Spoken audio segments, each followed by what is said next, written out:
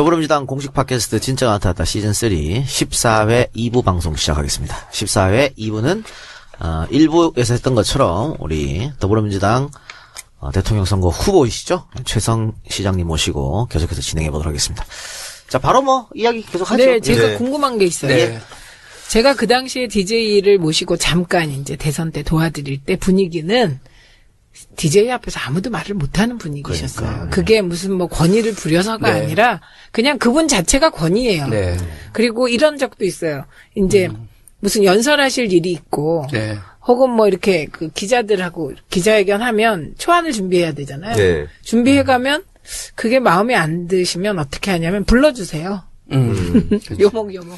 그래서 그냥 말하는 걸 받아 적으면 그게 다 돼요. 글이 되고. 답이니까. 예, 그럴 정도였기 때문에 내용상으로나 지위상으로나 권위가 엄청 나셨어요. 거기에 반항하는 사람은 저는 딱 한 명밖에 지금까지 못 봤어요. 이해찬. 할 말 다 하고 막.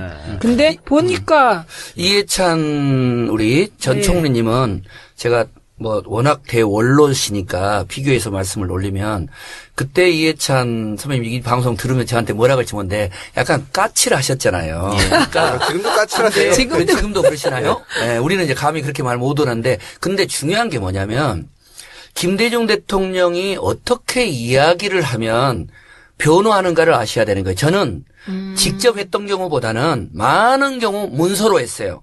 금요일 날 오후에 페이퍼로. 그리고 잘하신 부분들을 정확히 짚어주고 그러나 나머지 짚을 때 어떻게 짚어줬냐면 이걸 바꾸셔야 꿈에도 그리는 대통령이 되실 수 있습니다. 근데 그런 말을 되게 못하는데 네. 어떻게 하실 수 있었는지가 궁금하다는 거죠. 근데요, 제가 그 다음 이야기 드릴게요. 대선까지 제가 연결할게요. 제가 출마한 대선까지 이야기 드리면, 그것은 고민이 아니라 저의 스타일인 거예요. 제가 남북 문제 전문가잖아요. 그러면, 북한을 한 30번 갔다 오겠잖아요. 네. 그럼 북한에 가서 제가 뭐라고 한 줄 아세요?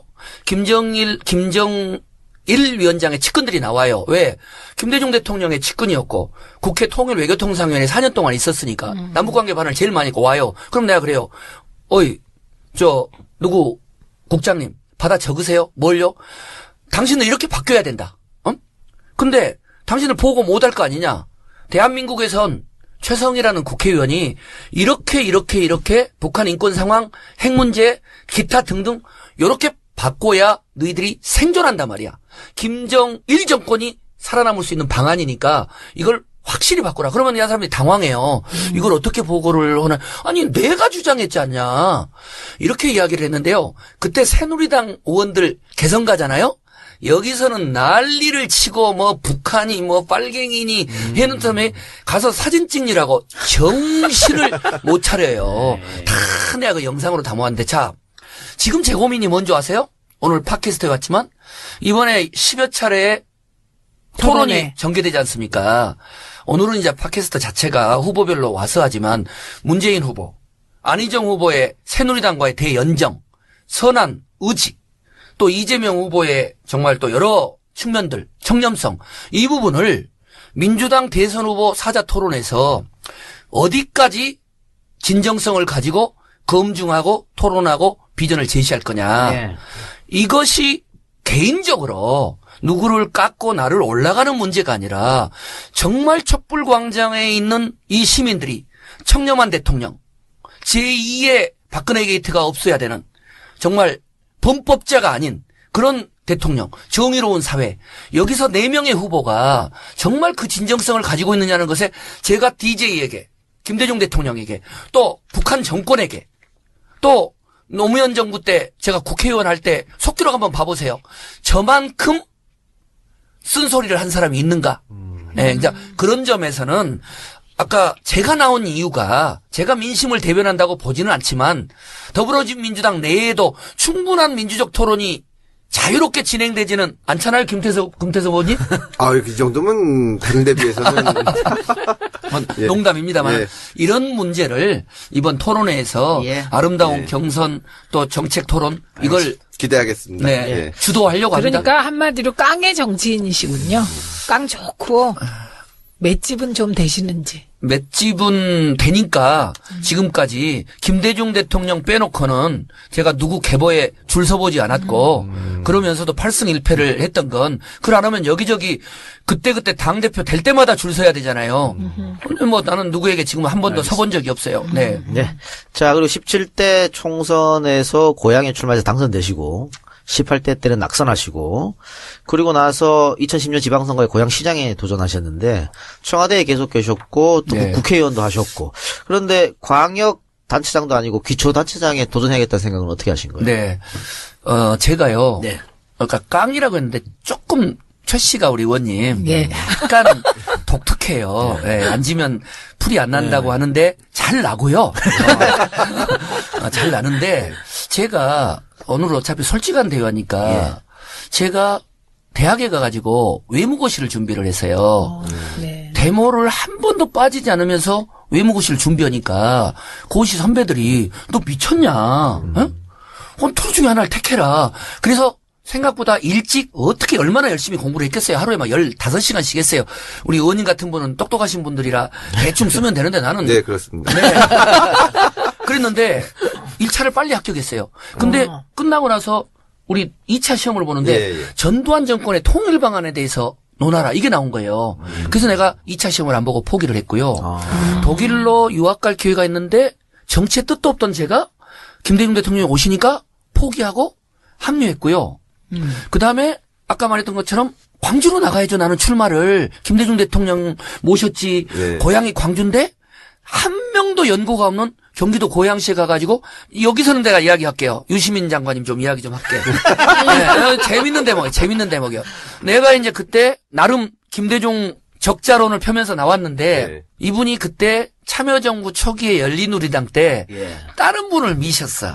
막 8시 뉴스, 9시 뉴스에 그냥 막 낙하산 난리가 나는 거예요. 근데 토백이었어요. 근데 그분을 제가 꺾었더니 유시민 당시 의원님이 전화가 왔더라고요. 이제 경선 이기고 나서 네. 야, 최 시장 능력 대단해. 자기는 상상을 못한 거예요. 왜냐하면 당 청와대 국회가 완전히 미는 후보가 있었는데 제가 그것을 꺾고 이제 했던 거고요. 그러니까 아까 이제 이 시장 문제로 돌아와서 국회의원 떨어지고 내 진로를 저는 한 10년 이후까지 내다보면서 항상 모든 행보를 해요. 그게 김대중 대통령한테 배운 거예요. 짧게 뭐 이렇게 보지를 않고. 그런데 고양시가 100만 도시고 남북 접경 지역이고 또 김대중 대통령께서 다 해도 떨어지시다가 고향 시민이 되셨을 때 대통령이 되신 곳이고 거기가 그러네요. 네. 일산. 네. 그리고 거기에 내가 보고를 하러 갔으니까 네. 일산 대구로 그래서 야 내가 어떻든 정치꾼이 아니라면 한번 행정을 맡아서 100만 도시에 그때만 해도 한 1조 5천억의 예산이니까 야 이걸 한번 대한민국을 한번 뒤집어놔봐 자치 행정으로 라고 선택을 했던 거고요. 그렇게 해서 제가 시장 된 다음에 전직 국회의원들이 구청장까지 해가지고 노현성 의원이 많은 분들이 제가 해보니까 최 시장 어때? 국회의원보다 훨씬 의미가 있고 나는 한 1000번은 들었어요. 국회의원하고 시장하고 어떤 게 더 재밌고 의미가 있느냐. 그럼 제가 뭐라고 하냐면 의원님 예. 그러면요 제가 딱 모범 답안이 있어요. 100배 힘든데 100배 보람 있다. 네. 100만 도시의 고양시 예산이 2조. 그리고 막간을 이용해서 또 잠깐 고양시를 홍보하면 5조 투자에 20만 개 일자리 창출하는 한 4대까지의 프로젝트를 따놓고. 테크노밸리 유치하고. 테크노밸리 유치하고. 그 외에. 그게 제 공약이었는데. 네. 아, 그러시구나. 그 다음에 또 3,000명에 해당되는 공직자. 104만 시민과 함께 시정에 혁신한다. 근데 왜 이게 재밌냐면 저와 같은 아이디어맨들한테는 계속 그동안 김대중 대통령님이 일해 주십시오. 반기문 장관 왜 이렇게 안 하나요? 인사 좀 똑바로 좀 하세요. 이를테면 비전 좀 근데 시장이 되니까 네. 그걸 하실 수가 그걸 있는 마음껏 할 수가 있는 거예요. 꽃박람회 오늘도 뭐 그 회의하다 왔습니다만은 꽃박람회만 하는데 예산이 50억이에요. 제가 국회의원 할 때 가장 많이 들이고 한 사업이 3천만 원짜리 동네에서 하는 통일 문화 대제전. 이제 이런 것들이. 그런데 된 이후에 오늘 이 시점에서는 요즘에 이제 전반적인 흐름이 자치단체장이 많이 나오잖아요. 이게 네. 단순한 흐름은 아니라고 봐요. 왜냐하면 자기들의 네. 성과가 있기 때문에 이제 성과 중심의 평가를 하니까 앞으로 이번은 잘 모르겠습니다만은 하여튼 앞으로 전반적으로 이제 좀 미래를 꿈꾸는 큰 정치를 꿈꾸는 사람은 자치단체의 경험을 이제 가지려고 할 것 같아요. 맞습니다. 네. 알겠습니다. 자, 방금 뭐 고양시 잠깐 자랑도 하셨는데 같은 100만 도시 이재명 성남시장 같은 경우에는 시정을 잘했다. 그것 때문에 사실은 뭐 대권 후보까지 발전됐지 네. 않습니까? 근데 뭐 최성 시장도 물론 잘하셨지만 이 시장보다 네. 홍보를 할까요? 그렇죠. 이게 좀 부족했던 네, 것 같아요. 네. 이 시장님이 홍보를 얼마나 잘하냐면 네, 얼마나 잘하냐면 1분의 1패가 나올 것 같아요. 얼마나 잘하냐면 제가 시장 됐을 때 성남시가 고양시보다 인구가 더 많았어요. 근데 우리는 96만에서 시작하다가 104만이 됐고 그 이유는 뭡니까? 너무 살기 좋은 1위 도시가 되니까 전국 방방곡곡에서 살러 오는데 성남에 이재명 시장이 모라토리움을 선언했잖아요. 네. 진짜 들리는 이야기로는 그때부터 양반이 큰 꿈이 있지 않았느냐는 해석도 있는데 그걸 보면서 나는 우리도 고민을 했어요. 왜냐하면 부채가 실질 부채가 6천억이었기 때문에 성남보다 훨씬 힘든 상황이었어요. 성남은 재원이 전국의 지방자립들과 제일 좋을 때예요. 그러니까 그런데 그때 아니다. 대한민국에서 유일하게 부채를 갚는 도시가 돼보자. 그래서 그 6천억을 5년 6년 동안에 최초로 갚아버린 거예요, 우리가. 그래서 실질 부채가 하나도 없는 도시가 돼버린 거예요.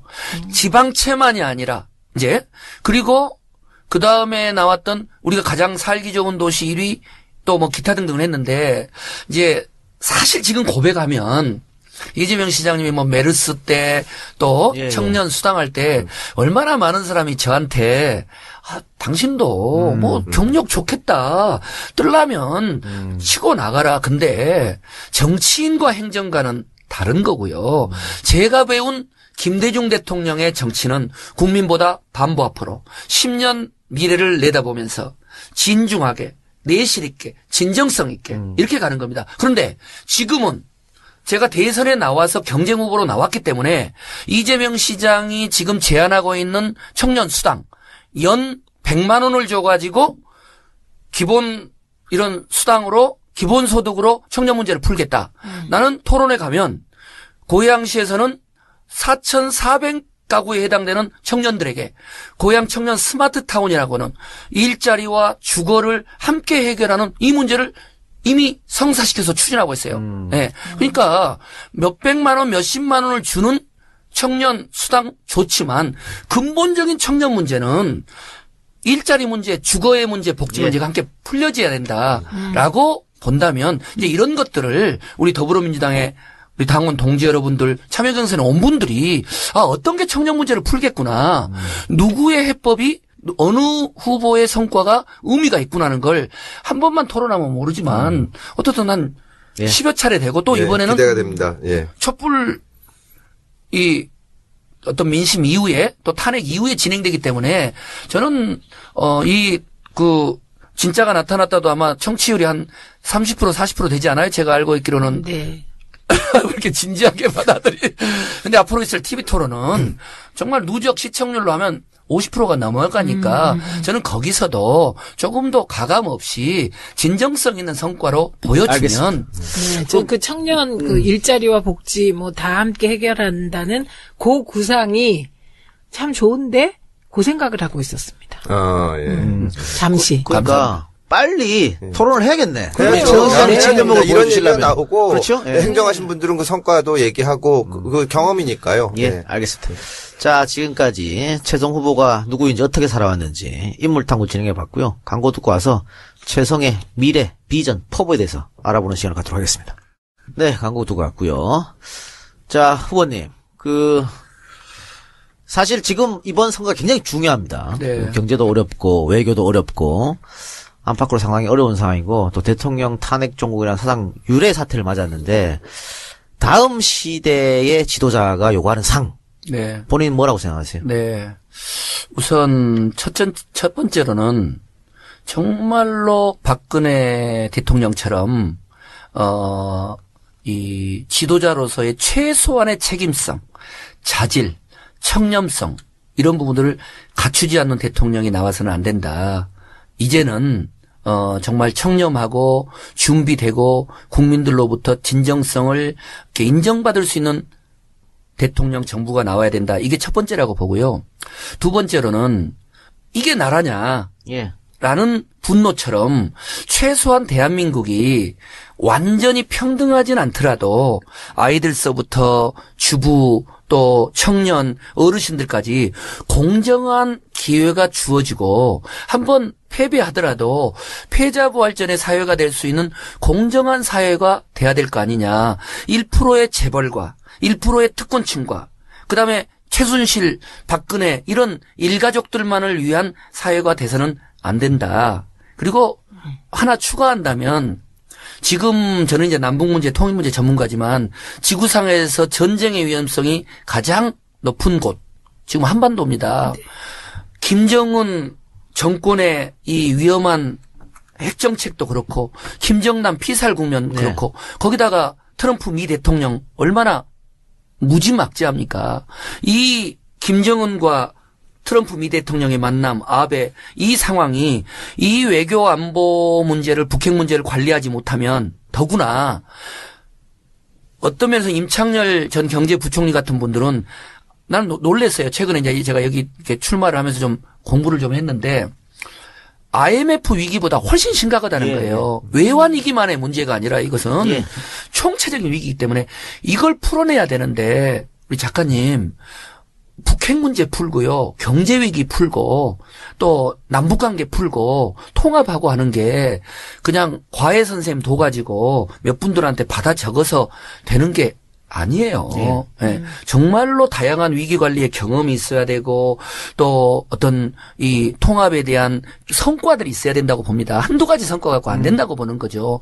저는 그런 점에서 지금의 촛불 전국의 시대 정신 그리고 분명히 이번에 대통령은 누가 되든 청렴하고 공정하고 그리고 준비된 지도자 완벽하진 않더라도 거기에 근접한 지도자가 선택될 거다. 근데 지금까지의 약간의 대세론 약간의 뭐 어떤 뭐 반짝 지지도는 아무 의미가 없다. 예. 저는 그렇게 봅니다. 자, 이번 시간은요, 어쨌든 정책 혹은 공약에 대한 질문이니까 저는 한 개만 질문 던지고 빠질 테니까 두 분이 막 공격하세요, 이제. 공격? 검증의 시간을. 네. 네. 어떤 준비를 하고 계신지 여쭤봐야 네. 되니까. 원래 그런 거 안 하시고 뭐 띄워주시기만 한다는 것도 갑자기. 기회를 좀 드리잖아요. 띄워드리는 겁니다. 예, 띄워드리는 거예요.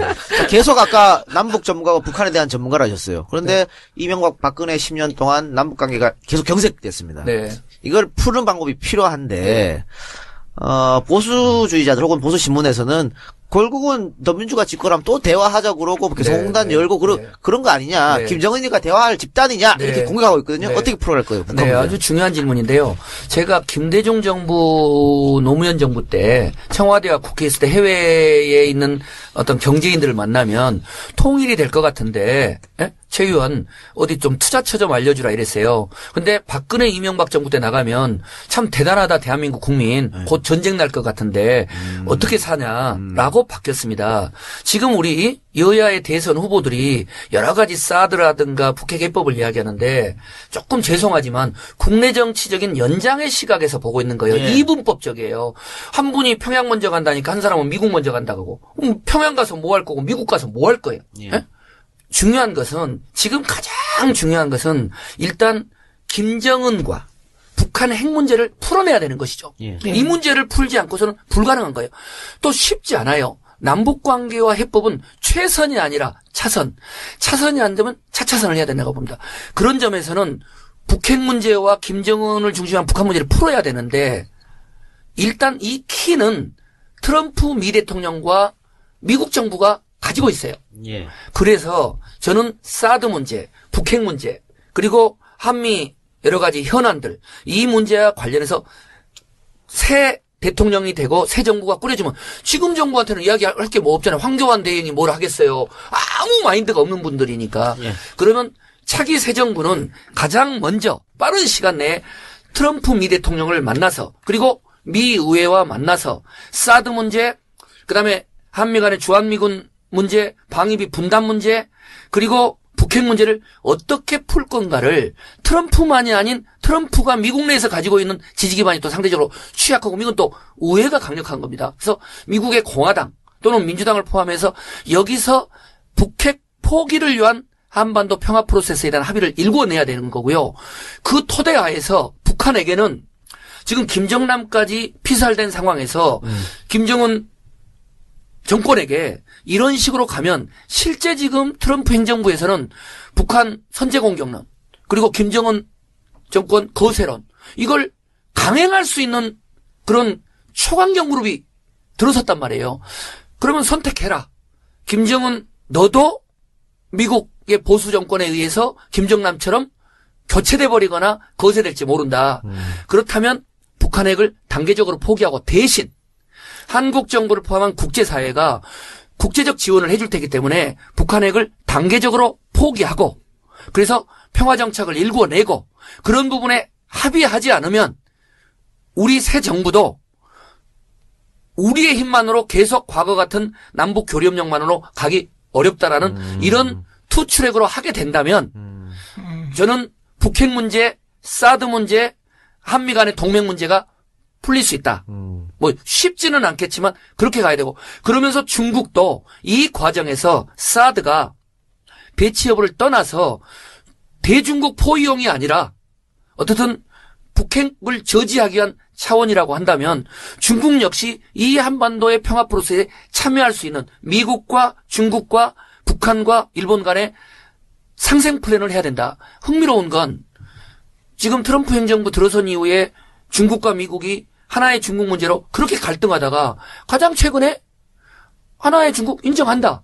이렇게 됐단 말이에요.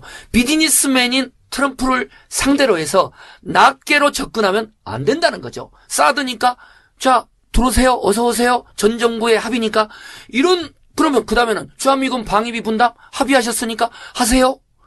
그렇게 되면 미국과의 동맹 문제도 국민들이 그걸 용납하지 않아요. 그리고 중국이 극단적으로 거부를 하게 되면 우리는 많은 전문가들이 예견한 것처럼 미국도 잃고 중국도 잃고 한반도는 심각한 상황이 나온다. 예. 자. 예, 저는 궁금한 게 아까 이제 경제가 굉장히 위험하다는 말이 나왔습니다. 그래서 4월 위기론도 있고요. 6월 위기설이 나와요. 그러면 이제 근데 그 과거의 IMF는 그게 외적 충격이었다면 우리 경제가 위험하게 될 거다의 가장 그 중요한 근거가 가계부채예요. 예, 가계부채 대책을 갖고 계신지. 네. 우선은 이 가계부채가 됐던 경제부채가 됐던 강론적인 접근은 아니라고 봅니다. 전반적인 가계부채를 해결하기 위해서 소득 주도형 성장을 한다 하더라도 지금 조금 전 말씀드렸던 것처럼 전반적인 국제 신인도가 추락해버리고 거기에 따른 총체적인 경제 위기가 오게 되면 불가능한 거고 또 하나는 많은 요즘에 더불어민주당 후보들의 대세인 뭐 북유럽식의 소득 주도형 성장이라는 것도 그것이 가져다 줄 수 있는 어떤 민생경제 활성화 지역경제 활성화에는 도움이 되지만 근본적으로 가계부채가 해소되면서 가계소득이 늘어나기 위해서는 전체적인 국가 경쟁력이 주도를 해내야 된다. 투트랙으로 가야 된다고 보는 겁니다. 그래서 일단은 전체적인 북핵 문제 또 경제 위기에 대한 총체적인 국가 위기관리 시스템이 구축이 되어야 되고 국가적으로는 4차 산업혁명과 같은 고양시에서 추진되고 있는 그런 의미 있는 이런 실리콘밸리 프로젝트들이 지방 중심으로 진행이 되어야지 지금 지방 경제는 완전히 끝모를 때까지 해졌잖아요. 맞습니다. 그리고 여기서 나오는 여러 가지 그동안의 세수, 부자 증세를 통해서 세수가 확보되면 그것이 청년 수당이 됐던 또 다른 장애인 수당이 됐던 해서 기본소득을 강화시켜 줌으로써 그들이 또 지역경제 활성화에 도움이 되는 건 좋지만 우리 지금 전반적인 여야 대선 후보들의 많은 접근은 가계부채만이 아니라 북핵 문제를 풀든 많은 복지 문제를 접근하는 것이 다 미시적이라는 거죠. 예, 그런 점에서는 지금 제일 고민하고 있는 겁니다만은 우리들의 그러니까 세수 확대 문제. 그래야 가계부채를 해결한 지원을 해줄 수 있는 거고 그게 없는 상태에서 뭐 기본소득만 막 늘려주면 어떻게 감당할 겁니까? 더구나 치명적인 이미 IMF보다 더 심각한 경제 위기 올라가 있는 상황에서의 위기 관리 문제 그리고 국가의 신성장 주력 산업을 재벌 중심이 아니라 중소기업, 중견기업, 청년기업, 여성기업 특히 제가 주목하는 것은 지방정부의 역할과 관련해서는 거의 혁명에 가까운 자치분권 개헌이 이루어져야 된다. 그래서 저는 이번에 다른 기회에서 발표를 했습니다만 미국식 연방제 수준의 자치분권이 이루어져서 아무튼 이것을 대선 이후가 되면 대통령이 되고 나면 또 다 화장실 들어갈 때하고 나올 때가 달라지니까 구체적인 개헌의 방식 4년 중임제냐 내각제냐 이현집정부냐 이런 부분은 합의는 어렵지만 자치분권 개헌과 관련해서는 대체로 합의를 할 거라고 봐요. 예. 그래서 대선 전에 합의를 해내고 다음 지자체 선거 때 개헌을 하는 형태로 해서 지금 광역자치단체장이 지금 후보로 나온 안희정 지사님, 이재명 시장님, 박원순 시장 이런 분들이 역대 지금 있는 어떤 전 대통령보다 못지않은 역량을 가지고 있잖아요. 예. 과감한 권한을 하방시켜서 그 문제를 지역경제를 활성화시키면 스피일오버 이펙트로 가계부채 문제들이 같이 풀려질 수 있다. 너무 기본소득 중심으로만 가계부채를 접근하는 것은 저는 한계적일 수 있다. 이렇게 봅니다.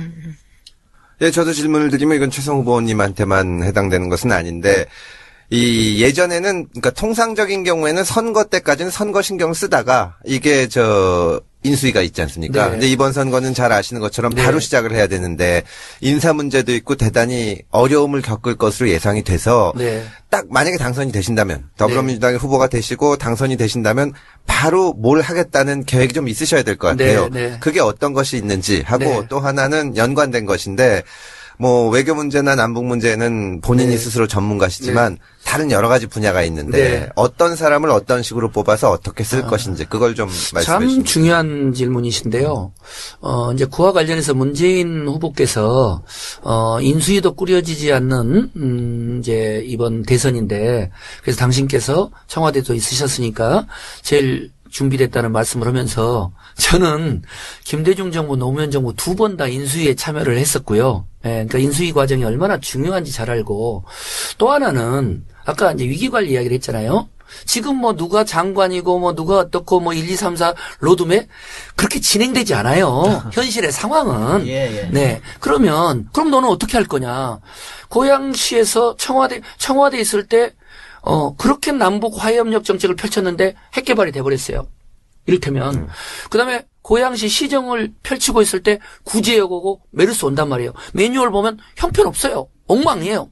자, 중요한 건 만약에 제가 대통령이 됐다라고 했을 때 가장 중요한 것은 정책도 아니고 예산도 아니고 인사예요. 인사. 우리 고양시는 6년 6개월 동안 희망보직 시스템을 도입을 해서 제가 고양시에서 누구한테 무슨 불법적인 정치자금 한 번도 받아본 적도 없고 신세진 적이 없기 때문에 희망보직을 받아서 그것을 적재적소에 배치를 하는 거예요. 자, 그러면 대한민국의 진보적 가치를 실현시킬 수 있는 때로는 중도적이고 보수적인 안보적 가치를 실현시킬 수 있는 검증된 인물군들이 많이 있습니다. 근데 이 나라가 이 꼴이 된 이유는 모자란 순서대로 발탁을 한단 말이에요. 그러니 아무것도 모르는 통일부 장관이 통일을 하게 되는 거니까 그것은 제가 로드맵을 만들어내는 것이 아니라 그 분야의 최고였던 사람들, 노동진영은 진보 쪽에, 또 국방부 쪽은 보수 쪽에, 그리고 개혁적인 행정안전부다, 교육부다 하는 것은 거의 폐지에 가까울 정도로 자치지원청 그리고 교육지원청으로 만들어내고 그다음에 비서진, 청와대 진용을 대통령이 자기보다 뛰어난 사람이 없다고 생각하면 큰 착각인 거예요. 저보다 뛰어난 고향 시민이 많아요. 예, 의원님도 마찬가지고. 자, 대통령의 역량은 적재적소의 사람을 판단해내고 위기관리의 선우를 판단해내고 로드맵을 짜는 거라고 봅니다. 저는 그런 점에서 어떤 후보보다 여야를 막론하고 청와대, 국회, 그리고 시장, 또 그 외에 다양한 국제적인 경험 속에서 그런 부분에 있어서의 어떤 역량? 이런 부분들은 누구에게 지고 싶지 않다 이렇게 생각합니다. 지금 뭐 이 자리에서 뭐 첫 번째 뭔 정책을 추진하고 사람을 누가 쓰고 하는 것은 뭐 말씀드린 건 적절치 않을 것 같고요. 예. 근데 저는 그 실리콘밸리 프로젝트나 이게 되게 좋을 것 같아요. 그래서 그걸 좀 듣고 싶어요. 그게 일자리 해결책도 되고요. 그 다음에 소득 증대 해결책도 되고요. 예, 그게 세수 확장도 되거든요. 근데 그게 좀 이렇게 그 고양시에서 성공하면 그 모델을 확산시킬 수 있는 이게 걸까요? 고양시에서 성공하면 모델을 확산시키는 정도가 아니라요. 고양시에서 추진된 이 프로젝트는 대한민국을 먹여 살리는 프로젝트예요. 왜 그러냐면 통일한국의 실리콘밸리라는 것은 제가 이름을 네이밍을 했고 처음 확정된 프로젝트가 국토부 LH에서 항상 하는 행복주택 비슷하게 해가지고 국토부나 LH가 얼마나 또 한심한 사업들을 많이 합니까? 먹튀식의 사업들을 많이 하는데 1년을 끌으면서 우리 지역의 국회의원인 우리 김현미 국회의원님, 애결 위원장이시고 유은혜 의원님 이런 분들하고 힘을 합쳐서 청년들의 꿈의 주거 복지 일자리 타운을 만들자 해서 고양 청년 스마트 타운을 만들어냈고요. 그다음에 또 이 경기 북부 테크노밸리를 판교와 같은 것을 유치를 했고 경기방송 영상 단지로 해서 이 너댓가지를 이건 중요한 것은 결과가 중요한 게 아니라 제가 야당 시장인데 박근혜 정부가 뭐가 좋다고 우리한테 주겠습니까? 중앙정부, 경기도 남경필 지사, 또 저 김현미 의원님 여야를 막론한 이걸 해서 광역에서도 하기 힘든 대규모 프로젝트를 5개를 유치했는데 이 내용이 K컬처라고 했던 문제가 많았던 신한류 문화 프로젝트는 대한민국을 대표하는 한류 프로젝트고요. 그다음에 테크노밸리는 4차 산업혁명과 연결되는 대한민국에 먹여 살리는 프로젝트고 그다음에 이 통일한국의 실리콘밸리 주변에 850만 평에 해당되는 개발 유보 지역이 있었어요. 그러니까 지도자가 비전과 아이디어가 중요하다고 보는 게 이걸 6년째 고민한 거예요. 제가 이 땅을 어떻게 할 거냐. 그래서 평화통일 경제 특구를 만들자. 그래서 김현미 의원님을 설득해서 법안이 국회에 올라가 있습니다. 수도권 주변에 850만 평의 평화통일 경제 특구를 만들 수 있는 지역. 거기는 킨텍스가 있고 그게 제가 대선 후보로 나오게 된 또 하나의 결정적인 이유 중에 하나예요. 원래는 제가 계획대로 안 돼서 이것을 후보들한테 설명을 해주고 제안을 해주고 동의를 받으려고 했는데 이 마인드를 받아들일 분이 없어 보여요. 정말로. 주면 그냥 좋네. 뭐 나도 할게. 근데 이것은 남북 관계를 그다음에 여기서 또 하나 무지막지한 프로젝트가 있어요. 이건 처음 공개합니다만은 TV 토론 때 하려고 한 거예요. 이 통일한국의 실리콘밸리 내에 평화통일 경제 특구 내에 UN 평화도시를 만들어 볼 거예요. UN 기구를 유치해내고 중국 투자자들 유치해서 이 지역 내 그다음에 제2의 개성공단을 유치해내버리면 수도권 인근에 800만 평에 해당되는 땅에 국제적인 중국 투자자들을 포함한 UN 평화기구들이 있으면 전쟁이 납니까? 북한이 남쪽을 때릴 수 있습니까? UN과의 전쟁이 되고 중국과의 전쟁이 되고 있는데 이것을 임창열 킨텍스 대표랑 그래서 반기문 총장한테 계속 내가 사인을 줬어요. 1년 넘게. 괜히 박근혜 대통령 거기에 혹하지 말고 유엔 사무총장으로 남으셔서 이런 의미 있는 일을 좀 유엔에서 해달라. 근데 뭐 조금 듣는 척 하더니 한국에 오시자마자 그냥 친박들하고 제주도부터 세리머니를 하길래 이분은 이렇구나 이랬습니다. 이 고양시에서 추진한 통일한국의 실리콘밸리 프로젝트는 대한민국과 미래 통일한국의 생사가 달린 의미 있는 프로젝트다. 예, 그 공약에 대해서 정말 잘 들었습니다. 근데 어차피 이제 선거라는 것은 또 승패가 있는 것이고요. 지금 내부적으로 경선도 하겠지만 앞으로는 이제 다른 당하고 본선이 남아있지 않습니까? 그러면 많이 머릿속으로 생각을 하셨을 텐데 이번 선거의 구도가 어떻게 나타날지 예를 들면 뭐 다자구도일지 뭐 보수는 어떻게 될지 그리고 민주당이 승리하기 위해서는 어떤 점을 가장 내세워야 될지 그것을 듣고 아주 싶습니다. 좋은 질문이신데요. 일단 냉정하고 엄밀하게 보면 더불어민주당의 경선이 본선일 만큼 이번 과정이 중요하다. 그래서 여기서 뽑히는 후보가 다음 정부를 책임질 가능성이 저는 60-70%가 된다고 보고요. 다만 그 전제는 지금 있는 4명의 후보들이 말도 안 되는 새누리당과의 무슨 대연정론을 이야기하거나 선한 의지론을 이야기해버리거나 또는 경선 과정에서 뭐 역투표와 관련돼서 페어플레이가 아닌 형태가 나올 경우는 민심이 무섭게 이반할 거라는 그런 생각을 하고 있고요. 그런 점에서 저를 포함한 4명의 후보들이 정책 경쟁을 해내고 정말 나라를 책임질 수 있는 비전을 제시한다면 저는 좋은 결과가 나올 거라고 보고, 또 하나 단 하나 변수는 이 과정에서 더불어민주당과 국민의당은 김대중 대통령과 노무현 정신을 계승하는 그런 한 뿌리 한 가족이라고 생각을 합니다.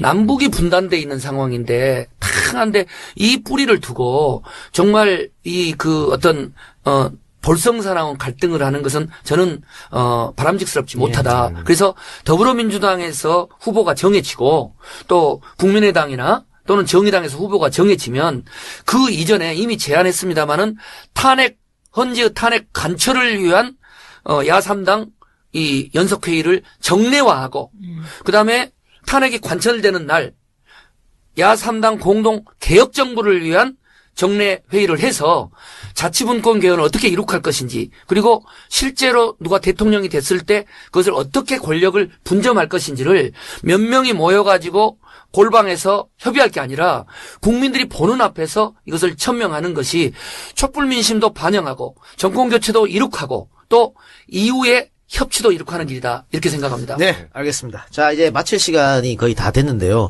우리 할 말이 많은 최성 후보님, 아직 혹시 못한 말 있습니까? 꼭 이거 해야 되는데 못했다는 거? 그걸 없다고 하면 기회를 안 주시니까. 아니, 마지막 발언 기회는 드려요. 네. 네, 혹시 생각나는 거. 그럼 마지막에 모아서 할게요. 예, 알겠습니다. 그럼 자, 우리 민주당 당원들도 이 방송을 많이 듣고요. 네. 또 민주당 당원은 아니지만 이제 야권을 지지하는 분도 많이 듣습니다. 그분들한테 네. 꼭 하고 싶은 말, 나의 최성이 어떤 사람인가, 네. 뭐 이런 것도 좋고, 경선에 참여해서 꼭 날 찍어주세요, 이것도 좋고, 아무도 좋습니다. 하세요. 예. 네. 우리 더불어민주당의 당원 여러분, 또 더불어민주당의 희망을 걸고 있는 국민 참여 경선 선거인단 여러분, 저는 아직까지는 인지도도 미미하고 지지율도 뭐 1.1%에 불과합니다. 그러나 단순한 지지율 보고 선택하시면 이명박 정부, 박근혜 정부와 같이 나중에 크게 낭패 보십니다. 지지율 높낮이도 중요하지만 어떤 후보가 정말 광화문에서 이 분노하는, 절규하는 우리 청소년들, 고3 수험생들, 유모차 끄는 주부들, 어르신들, 이들의 그 깊은 분노와 슬픔을 해결할 수 있는가 보셔야 됩니다. 그러려면 정말 청렴해야 됩니다. 범법자 대통령이 나와서는 안 되고 진정으로 이 나라의 재벌개혁, 정치개혁을 일궈낼 수 있는, 그리고 말이 아니라 이미 그것을 성과로 보여준 후보를 선택하셔야 됩니다. 저는 김대중 대통령 모시고 아무도 그의 곁을 떠날 때 여야 정권교체의 주역이었고, 또 햇볕 정책 입안하고 남북 정상회담 성사시키고, 또 국회에서도 누구보다도 참여정부의 성공을 위해서 노력했던 접니다. 이제 100만 도시의 고향 시장이고, 비록 많은 유력 후보보다 인지도는 낮지만 앞으로 전개될 정책 토론회에서 제가 이루어놨던 성과, 저의 진정성, 그리고 더불어민주당을 중심으로 하는 야권이 정권교체를 이룩하고 정말로 국민들이 광화문에 나와서 정말 참 좋은 대통령을 외치면서 눈물 흘릴 수 있는 그날을 위해서 이번 더불어민주당 경선 과정에서 누구보다도 제 자신을 발가벗기우고 철저히 검증하고, 또 국민 여러분들에게 존경받고 사랑받고, 또 이 위기에 처한 대한민국 코를 구조할 수 있는 멋지고 훌륭한 대통령이 선출되고, 이 과정에서 저 최성, 제가 되면 좋지만 만에 하나 제가 아니더라도 정말 국민들로부터 신뢰받을 수 있는 정권교체 이룩하는데 최선을 다하겠습니다. 그래도 최성이라는 이름 두자 외우기도 쉽습니다. 네, 기억해 주시고 보시다가 최성이 다른 인지도 훨씬 높은 후보보다 낫네, 이 친구에게 맡겨주면 정말 남북이 평화롭고 경제가 살고 이 나라의 미래가 밝겠구나 하신다면 저에게도 여러분의 소중한 한 표 주시면 여러분의 기대에 어긋나지 않는 최고의 성과로 여러분에게 보답하는 그런 최성이 되겠습니다. 오늘 조금 처음 의미 있는 공간에 초청되다 보니까 조금 제 자랑도 많았던 것 같고 네, 또 그렇지만 가능하면 제가 가진 제 진심을 이야기하려고 노력했습니다. 한 번 더 초대해 주시면 그때는 좀 더 겸손한 모습으로 또 뭐 여러 가지 깊은 정책적인 이야기를 하겠습니다. 특히 세 분 우리 팟캐스트의 진행자 여러분 너무 편하게 인도해 주셔가지고 오기 전에 걱정 많았는데 진심으로 감사합니다. 고맙습니다. 예, 고맙습니다. 자, 오늘은 대선 후보 특집 첫 번째 방송이었는데요. 고양시장이신 최성 후보를 모시고 진행해봤습니다. 언론에 사실은 그 조명이 많이 안 돼서 최성 후보가 어떤 분인지 모르셨던 분들이 많이 계실 텐데 오늘 방송이 최성이라는 사람을 알아가는데 좋은 기회가 됐으면 하는 바람입니다. 자, 그리고 다른 후보들의 방송 출연도 예정돼 있습니다. 이재명 후보가 3월 1일 저녁 7시 EJ 안가에서, 그리고 문재인 후보가 3월 8일 저녁 7시 역시 EJ 안가에서 진행이 됩니다. 안희정 후보는 아직 미확정인데 일정이 확정되면 여러분들에게 알려드리도록 하겠습니다. 자, 그럼 이것으로 진짜 나탔다 시즌3 대선 후보 특집 1편 최성 후보 편을 마치도록 하고요. 저기 하나만 긴급 제안. 예. 여기 아까 이렇게 오다가 모니터링 해보니까 그 영상에다 제목을 이렇게 써주더라고요. 예. 근데 진짜 최성이 나타났다로. 알겠습니다. 알겠습니다. 진짜 최성. 그렇게 하도록 하겠습니다. 예. 자, 여기서 최성 후보 보내드리고요. 저희는 내일 더불어민주당 이인영 의원 모시고요. 개헌특위 이야기 또 전국 현안에 대해서 이야기 나눠보도록 하겠습니다. 자, 두 분 오늘 또 수고하셨고 최성 후보도 수고하셨습니다. 감사합니다. 고맙습니다. 내일 뵙겠습니다. 수고하셨습니다.